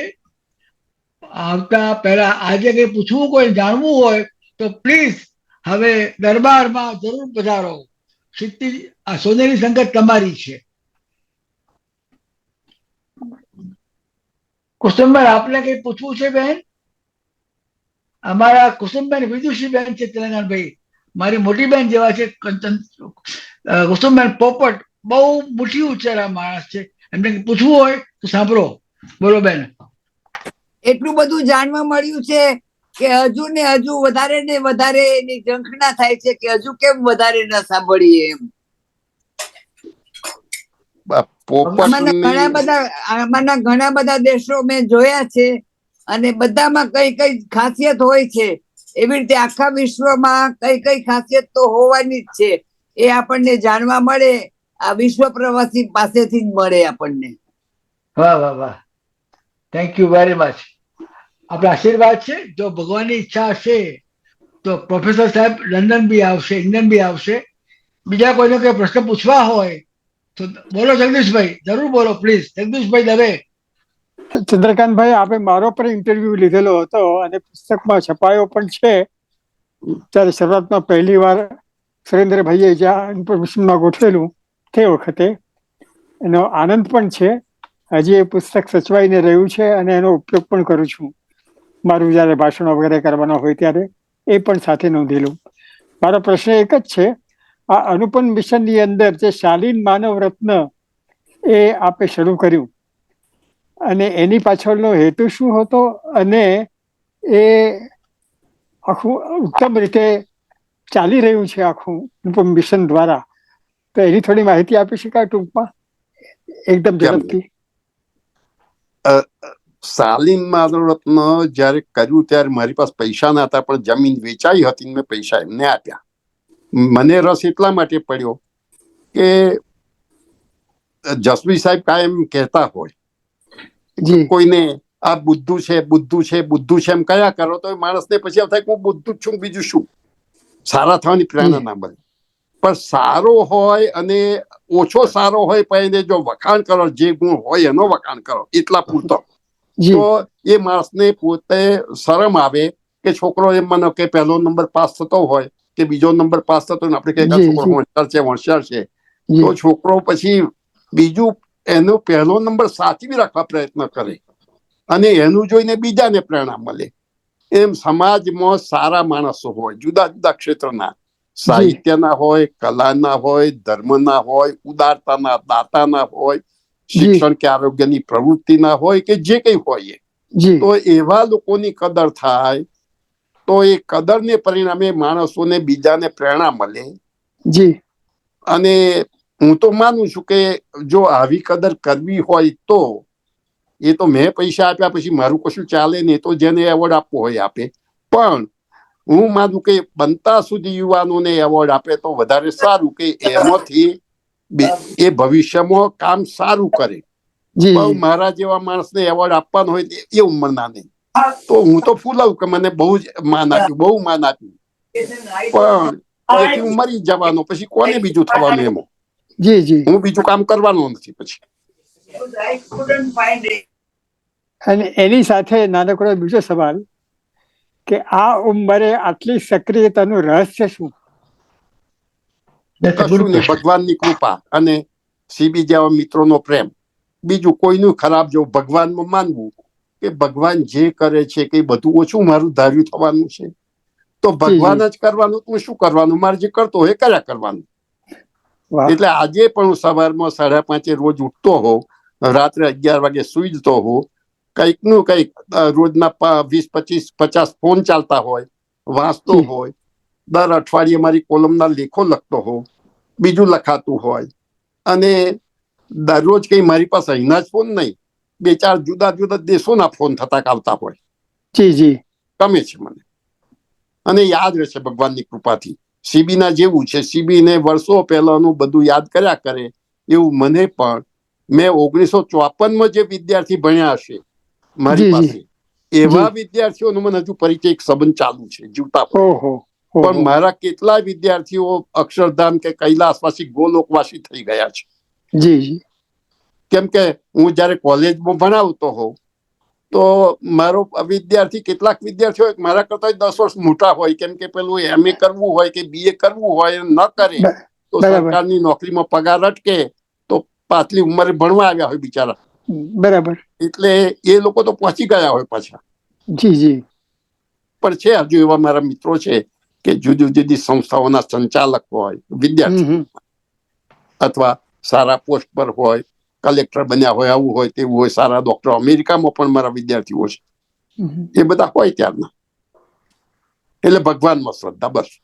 અને આપણે, હું એમ માનું કે મેં આજે કોઈનું ભલું કર્યું, ના થાય કઈ વાંધો નહીં, કોઈનું ખરાબ તો નથી કર્યું.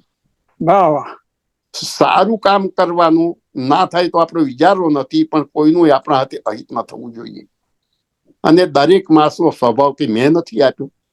મને સુરેન્દ્રભાઈ યાદ આવે છે, મારા મિત્ર સુરેન્દ્રભાઈ. એમના ભાઈ રાજેન્દ્રની વાત કરે કે ભાઈ રાજેન્દ્ર જેવો છે તેવો, એ પૈસા વાપરતો હોય અને ઉડાવતો હોય, કામ કરતો ના હોય, મોટી ઉંમરે નોકરી કરતો ના હોય, પણ એ બધું જેવો છે એવો ભાઈ તો મારો છે. ને મેં ભગવાનને કહ્યું કે આવું ભાઈ આપજો. ભગવાને આપ્યો છે.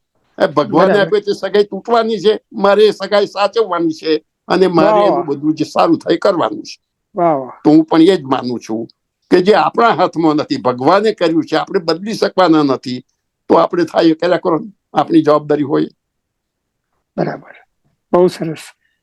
બહુ સરસ વાત કરી પ્રભુ. રમેશે અમુક રીતે અમને માર્મિક અર્થ સમજાયો. બીજા કોઈને કોઈ પ્રશ્ન પૂછવો હોય સિદ્ધિતભાઈ, તો હજુ બીજા 2-4-5 મિનિટ આપણે જરૂર ફાળવી શકીએ. સિદ્ધિત કોઈને રસ છે? પેલા બેન ભદ્રાબેન ને રસ છે સિદ્ધિતભાઈ, એ બેન ને ચાન્સ આપો. બોલો ભદ્રાબેન.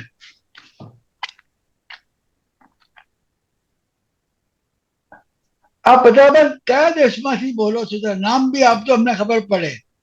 હા જી, ઓકે.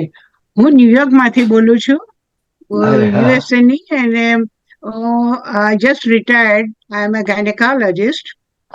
અને હવે મને એક સવાલ એ થાય છે, મેં ચંદ્રકાંતભાઈ જોડે વાતો બી ઘણી વાર કરું, પણ અને ઘણી બધી બુક્સો મેં જોઈ છે, અને આ શાલીન રત્ન એવોર્ડ માટે પણ મને કંઈક થોડું જ્ઞાન છે. પણ મારો સવાલ એટલો છે કે એમનું એટલા બધા જણાને મળવું, અને જુદી જુદી જાતના વ્યવસાયો, કોઈ ડાક્ટર હોય, કોઈ એન્જિનિયર હોય, કોઈ બિઝનેસમેન, એમના બધા, as far as I understand, all his contacts are very well settled and have enough. So Yeah. my question to Chandrakant Bhai is that can you tell us about all these contexts, how they contributed for the betterment of India? Because we come from India, we were supported in our youth by India, and what did they ગુજરાતીમાં do? બોલો, તમે ગુજરાતી છો ને? Haji? ગુજરાતીમાં બોલો. Oh, બસ yeah, yeah. મારી વાત ma'am, ભદ્રાબેન, હા. મને આનંદ થયો, પણ પહેલી વાત તમને લાગુ પડે છે કે તમને હું જાણતો ન હોત, તમારું કામ સારું ન હોત, તો તમારે તમારો ઉલ્લેખ મારે કરવો હોત જુદો, તો એ તો આખો અડધો કલાક કે કલાક જાય એટલો પરિચય તમારું આપી શકું. કારણ શું? તમે તમારી આખી જિંદગી શેર એન્ડ, હું માનું છું ત્યાં share and care foundation for India, એ જે ઇન્ડિયામાં જ મદદ કરે, અમેરિકામાંથી દાન ભેગું કરીને ઇન્ડિયામાં કેશ કોઈને ના આપે, પણ દવાખાનામાં, વિદ્યાર્થીઓને ભણવામાં, અથવા તો મકાન બાંધવામાં, અથવા સારા વિદ્યાર્થીઓને ફી આપવામાં, ઉત્તેજન આપવામાં, વિવિધ પ્રકારની પ્રવૃત્તિઓ તમે કરો છો, હું જાણું છું. તમે તમારું અર્પણ આખું જીવન એમ જ કર્યું છે. પણ એવા બીજા લોકો પણ અમેરિકામાં છે, ઓસ્ટ્રેલિયામાં, ન્યુઝીલેન્ડમાં, બધા દેશોમાં મળ્યો છું લોકોને. અને દરેક દેશમાંથી કોક તો એવું મને મળે, એમ માનો કે મેં આટલા પુસ્તકો લખ્યા હોય 30 દેશોના, તો દરેકમાંથી 2 હોય તો 60 જણ થયા. કે જે 60 જણ એવા હોય કે જેણે ઇન્ડિયાને કે ગુજરાતને યાદ રાખીને મદદ કરી હોય. અને બાકી તો શું થાય, એકમાંથી બીજો, બીજાનો મેં આપેલો, મારી શરૂઆતની વાત કરી હિસ્ટ્રીની, કે સીબીએ મને બોલાવ્યો, તો રસિકભાઈએ આફ્રિકાનું સગવડ કરી, તો એમાંથી મહેશભાઈ ભેગા થયા, મહેશભાઈના બીજા કોઈ સંબંધી, તો એમણે વળી પાછું બીજું, એમાં પાછું સીબીએ જે ગોઠવું, તો એમાંથી મને બીજો પરિચય વાયા શોધી કાઢ્યો મેં, મોજામ્બિકનો અને પોર્ટુગલનો. એમ એકમાંથી બીજા, પછી પોર્ટુગલમાંથી શોધી કાઢવું, એટલે પાછો એમાંથી મને ફ્રાન્સનો મળ્યો. એવા સંબંધો મળ્યા જ કરે. ચંદ્રકાંતભાઈ, માફ કરો મને, હું શું કહેવાય, અધવચ્ચેથી બોલું છું, પણ મારો સવાલ તમને એ જ છે કે તમે આટલી બધી મહેનત કરી છે, અને તમે આટલા બધા જણને જાણો છો, અને તમે ઇન્ડિયાને પણ જાણો છો, રાઈટ? એટલે તમારી થ્રુએ તમે આ બધા જે વ્યક્તિઓ છે કે જે લોકો પાસે પૈસા કહો કે જ્ઞાન કહો કે બધી વસ્તુઓ અવેલેબલ છે, તો તમે કેવી રીતે એ લોકોને ગાઈડ કરી શકો કે જેથી કરીને આપણા ઇન્ડિયાને કંઈક ફાયદો થાય, કોઈ પણ રીતે? એકલું ડોનેશનની રીતે હું નથી કહેતી. ના, પણ આ બધામાં સંગઠન કરવું પડે કોઈક. હવે સંગઠન કરવાનું, મારું આ ઉંમરે ગજુ ના હોય, સીબી પણ મારા કરતા 1-2 વર્ષ નાના હશે, એટલે કોઈક નવી પેઢીનું અથવા સીબી જેવા કોઈક વડીલો કે મિત્રો સાથ આપે, અને કો તો અમેરિકામાંથી, કો તો ભારતમાંથી, આવું કોઈ સંગઠન પેદા થાય તો જ બને, નહીં તો ના બને. अब એવું સંગઠન કરે, નેતાગીરી કોણ લે? જેની પાસે સાધનો હોય લે. હું આ દેશમાં કમાવા માટે આવ્યો ન હતો, હું પૂરેપૂરો ભારતમાંથી રિટાયર્ડ થઈને આવ્યો, એટલે મારે તો એવું કશું કરવાનું હોય નહીં. મને કોઈક બોલાવે તો જવું, ના બોલાવે તો ના જવું. એક મારા મનમાં એક ભાવના છે, હું સમસ્ત ઓડિયન્સને વહાવું છું. આપણે સૌ એક નાની મશાલ શરૂ કરી શકીએ. બ્રિટનમાં ગુજરાતીઓને એકત્ર કરવામાં national council of Gujarati organisation, એમાં ગુજરાત સમાચાર, જ્યોત્સનાબેન, કોકિલાબેન, અમે બધા હતા. હજુ સંસ્થા ચાલે છે, 85. અમેરિકામાં પણ છે. એક વિશ્વવ્યાપી, જેમ વર્ષો પહેલા પુનામાં સર્વન્ટ ઓફ ઇન્ડિયા સોસાયટી શરૂ કરી હતી ગોખલે સાહેબ. મારી ઈચ્છા છે કે સરકાર દ્વારા, ભારત સરકાર વિશ્વમાં જે નવી પેઢી, ચંદ્રકાંતભાઈના દીકરાઓ થાય છે, એમની જ્ઞાન લજ્જાબેનને પણ હું જાણું છું. મારી ઈચ્છા છે કે ચોથી પેઢીના આપણા સંતાનોને જેમ ઇઝરાયલ કરે છે, સાંકળી રહેવા જોઈએ. એ ભારત સરકારના હિત માટે છે.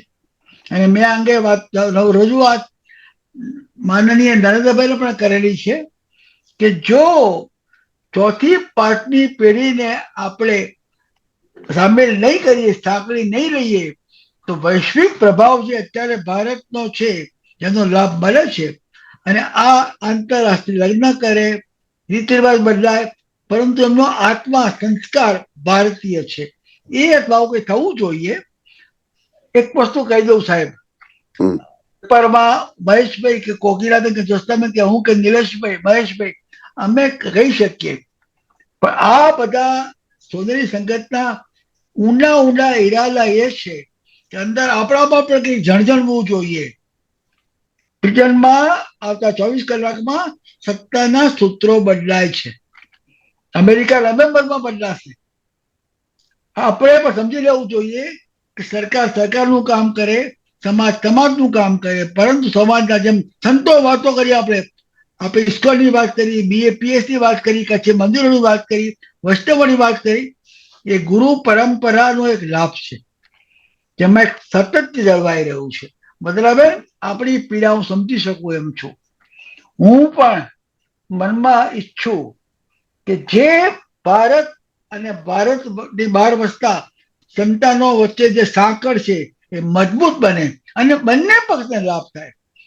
પણ બંને પક્ષને, એક પક્ષે કામ ચાલશે જ નહીં. પરંતુ મારે હજુ કોઈ પ્રશ્ન પૂછવા હોય શ્રીજીતભાઈ, તો 5 મિનિટ આપીએ અને પછી નહીં તો આપણે આગળ વધીએ. કેમ કે એટલો સરસ વાત થઈ છે તરંગાભાઈ, આપણે આ જુમલો પ્રોગ્રામ થોડા વખત વચ્ચે હું જરા ઇન્ટરફિયર થઉં. પ્લીઝ બોલો. ગુજરાત સરકારની વાત કરીએ, ગુજરાત સરકારનું એનઆરજી ડિપાર્ટમેન્ટ ચાલે છે, બજેટ હોય છે, એ પણ અહોરૂપમ અહો ધ્વનિમ વપરાય છે. મારું એક પણ પુસ્તક એમણે લીધું નથી. આ તો ઉદાહરણ. અથવા એ હું છું કે એ જાણતા પણ નહીં હોય. સદી કે એમની ખુશામત કરે તો કોઈ જ આગળ વધતા હશે કદાચ. કમનસીબે સરકારના હાથીને 4 નહીં 14 પગ હોય છે, એટલે કઈ તરફ આપણે ખબર ના પડે. પણ એટલે કમ બેક બદરાબેને આપણે શરૂ કરી. આપણે થોડા વખત પછી ફરતી પ્રોગ્રામ કરશું, કેમ કરીને આપણી ત્રીજી પેઢીને સામેલ કરવા. પણ તમે જે કામ કર્યું છે, તમે એકલા હાથે સ્વયંભૂ વિશ્વવ્યાપી પ્રવાસ કર્યો, તકલીફ ઉઠાવી હશે. અને મોટી વાત કરું, ચંદ્રકાંતના બધા પુસ્તકો, બધા લેખોમાં એક કોયલ છે, કાગળો નથી. સારી વાત જ કરે છે. એક ખોટી જે કહેવાય, ઘણા લેખકોને રસ છે, એમ કોઈ લપ્પન છપ્પન કરતા નથી. ચંદ્રકાંતભાઈ, આપ જે વિદ્વતા બતાવી છે, જે શ્રમ કરો છો, પરિશ્રમ કરો છો, અમારા જેવા અનેકને લાભ થયો છે. તો હવે આપણે લગભગ 4:15 થઈ ગયા છે. તો જો રજા આપો તો હવે આપણા નિલેશભાઈ આપણને આ સપ્તાહના સમાચારની સુર્ખી આપશે, અને પછી આપણે પૂરો કરશું એ પહેલા આવતા વીકે પ્રોગ્રામ વધારે સારો છે. આજે જે ચૂંટણી થઈ રહી છે એની છણાવટ આપણે આવતા ગુરુવારે કરશું. વન સેકન્ડ ચંદ્રકાંતભાઈ અને સૌ દર્શકો, શ્રોતાઓ, મિત્રો, આપનો આભાર માનું છું કે આપ આટલી સંખ્યામાં હાજર છો. તો નીરજભાઈ, આપની રીતે નિયમ પ્રમાણે અમારા નીરજભાઈ અમારા અમદાવાદ ઓફિસના બ્યુરો ચીફ છે, સિદ્ધિશભાઈ અમારા ઓપરેશન મેનેજર છે, મહેશભાઈ પણ છે, જ્યોત્સનાબેન પણ છે, કોકિલાબેન પણ છે. સૌનો આભાર માનીને નીરજભાઈ હવે આપને આ બાઇક આપ્યું છે. Thank you sir. વતનના વાવડ વતનની ભાષામાં રજૂ કરતા ગુજરાત સમાચારના કાર્યક્રમમાં આપનું સ્વાગત છે. આજના મુખ્ય સમાચાર. બ્રિટનમાં આજે લોકો પોતાના મતાધિકારનો ઉપયોગ કરીને લોકશાહીનું મહાપર્વ ઉજવી રહ્યા છે. સવારના 8 વાગ્યાથી શરૂ થયેલું મતદાન હજુ રાતના 10 વાગ્યા સુધી ચાલશે. ઉત્તર પ્રદેશના હાથરસમાં સર્જાયેલી દુર્ઘટનામાં મૃતકોનો આંક વધીને 121 થયો છે. સરકારે ષડયંત્રની આશંકા દર્શાવીને જ્યુડિશિયલ ઇન્ક્વાયરીનો આદેશ આપ્યો છે. ભારતીય શેર બજારમાં તેજીના આંકડાએ દોટ મૂકી છે. બીએસઈ સેન્સેક્સે 80,000 પોઈન્ટની સર્વોચ્ચ સપાટી વટાવીને ઇતિહાસ રચ્યો છે. આજે સ્વદેશ પરત ફરેલી વિશ્વ વિજેતા ભારતીય ક્રિકેટ ટીમનું ધમાકેદાર સ્વાગત થયું હતું. ટીમ ઇન્ડિયાએ સવારે દિલ્હીમાં વડાપ્રધાન નરેન્દ્ર મોદીની મુલાકાત લીધી હતી અને સાંજે મુંબઈમાં શાનદાર રોડ શો યોજ્યો. હવે એક નજર આ સપ્તાહના ગુજરાત સમાચારમાં પ્રકાશિત મહત્વના સમાચારો પર. બ્રિટનમાં ચાલી રહેલી સંસદીય ચૂંટણીના પરિણામો આજે મધરાતથી જેમ જેમ જાહેર થતા જશે તેમ તેમ રાજકીય ચિત્ર સ્પષ્ટ થતું જશે. પરંતુ ચૂંટણી પૂર્વે થયેલા વિવિધ એક્ઝિટ પોલના તારણો દર્શાવે છે કે આ વખતે શાસક ટોરીઝના સુપડા સાફ થઈ જશે અને લેબર પાર્ટી ઐતિહાસિક બહુમતી સાથે સરકાર રચશે. મેગા પોલના તારણ અનુસાર ઇંગ્લેન્ડ, સ્કોટલેન્ડ અને વેલ્સમાં લેબર પાર્ટીને 632 માંથી 429 બેઠક મળે તેવી સંભાવના છે. જો લેબર પાર્ટીને આ અંદાજ પ્રમાણે બેઠક મળશે તો તે પાર્ટીનો બીજા વિશ્વયુદ્ધ પછીનો સૌથી મોટો વિજય હશે, જ્યારે શાસક કન્ઝર્વેટિવ્સનો સૌથી મોટો ઐતિહાસિક પરાજય હશે. રોયલ મેલના ધાંધિયા સંસદીય ચૂંટણીને પણ નડી રહ્યા છે. સમગ્ર દેશમાં પોસ્ટલ વોટની ડિલિવરીમાં વિલંબની ફરિયાદો ઉઠી છે. પોસ્ટલ અફેર્સ મિનિસ્ટરે પોસ્ટલ વોટની ડિલિવરીમાં વિલંબ બદલ રોયલ મેલની આકરી ટીકા કરી છે. બીજી તરફ ચૂંટણી પંચે જણાવ્યું છે કે અમે મતદાન બાદ આ મામલાની તપાસ કરીશું. સમાચારોમાં આજે બસ આટલું જ. નમસ્તે. Thank you very much.